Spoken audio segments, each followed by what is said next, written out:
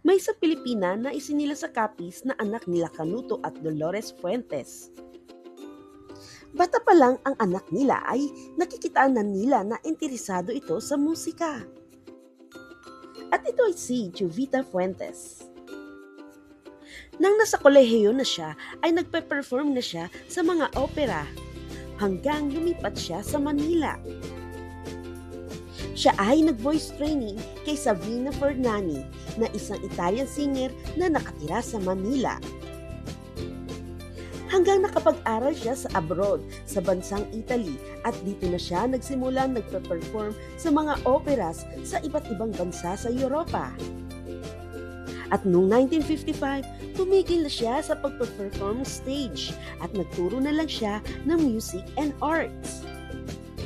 Naging founder pa siya ng iba't ibang music association na mapromote ang Filipino folk songs. At nakamit niya ang Presidential Medal of Merit in Music noong taong 1958.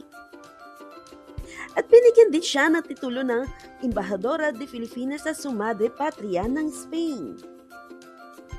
At noong taong 1976, tinagurian siyang the first female national artist for music in the Philippines. Ang galing, no?